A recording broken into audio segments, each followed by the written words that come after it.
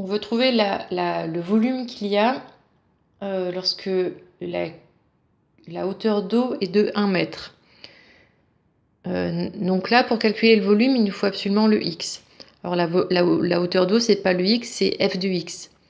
Donc il faut résoudre f de x égale 1 pour trouver, là pour une hauteur de 1 mètre, quel est le x qui correspond, donc qui est ici. Et je vais l'appeler alpha par exemple. Et après, une fois qu'on aura alpha, on le remplace ici et on peut obtenir le volume pour ce alpha-là.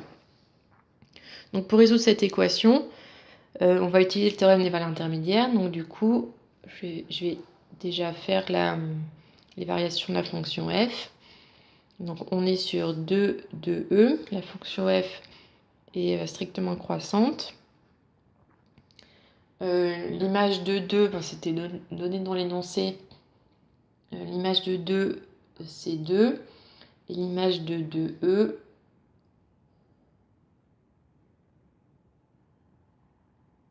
non, l'image de 2, c'est 0.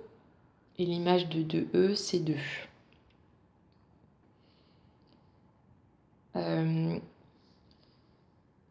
Du coup, ici, pour une certaine valeur, on va bien passer par 1 et le x qui correspond, ça va être alpha. Donc il faut rédiger le théorème des valeurs intermédiaires. Donc on va déjà dire que sur 2 de e, la fonction f est strictement croissante et continue.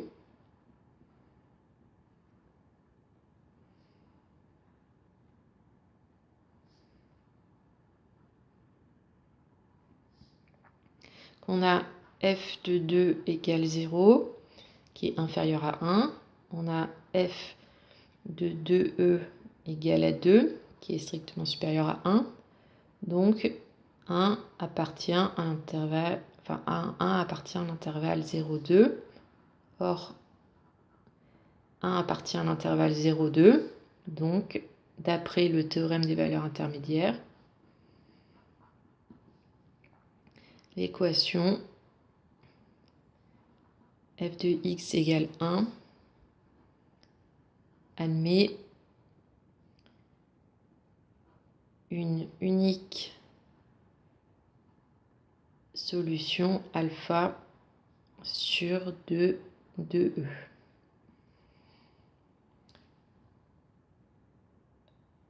Voilà, donc ça prouve qu'il y a une solution. Après, avec la calculette, donc avec la table de la calculette, on va trouver une valeur approchée de cette solution pour pouvoir trouver un volume approché au mètre cube près de l'eau lorsqu'il y a une hauteur de 1 mètre. Donc on va utiliser la table de la calculatrice. Donc on va rentrer la fonction f et la fonction v. On va rentrer les deux parce qu'on va aussi avoir besoin de la fonction v. Donc il faut avoir une précision assez importante pour alpha pour être sûr d'arrondir au mètre cube, d'arrondir au bon mètre cube. Donc, parce que pour alpha, c'est à peu près 4,3 et le volume c'est à peu près 7,5. Or 7,5, donc si on est légèrement au-dessus, il faudra arrondir à 8, ou si on est légèrement en dessous, il faudra arrondir à 7. Donc du coup, il faut avoir plus de précision pour savoir s'il faut arrondir à 7 ou à 8. Donc du coup, sur la calculette, donc on trouve ces valeurs-là. Donc pour x égale 4,31, on a 0,99918 pour f de x et 7,4445 pour v de x. Et pour 4,32, on a 1,0069 pour x et 7,5335 pour v. Donc là, on voit bien qu'on est avant 1 et là après 1. Donc là, c'est un encadrement de alpha. Mais par contre, ici. Donc là, on est avant 7,5, là après 7,5. Donc du coup, ça pose un problème pour arrondir. Donc du coup, ça va pas. Il faut, on va regarder si avec 3 chiffres après la virgule, on résout ce problème et qu'on ait soit les deux avant 7,5 ou soit les deux après 7,5 pour savoir comment arrondir. Donc, avec 3 chiffres après la virgule, on trouve 4,311 et 4,312. Donc 0,99995 et 1,0007. Et ici, on trouve 7,4534 et 7,4622. Donc, du coup,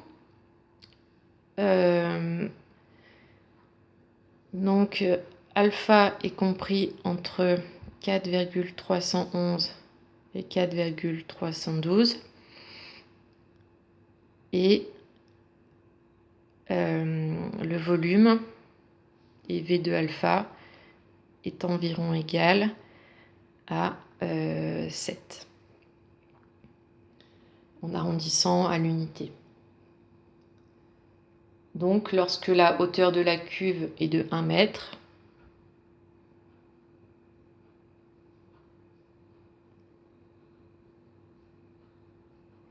dans la cuve est de 1 mètre, il y a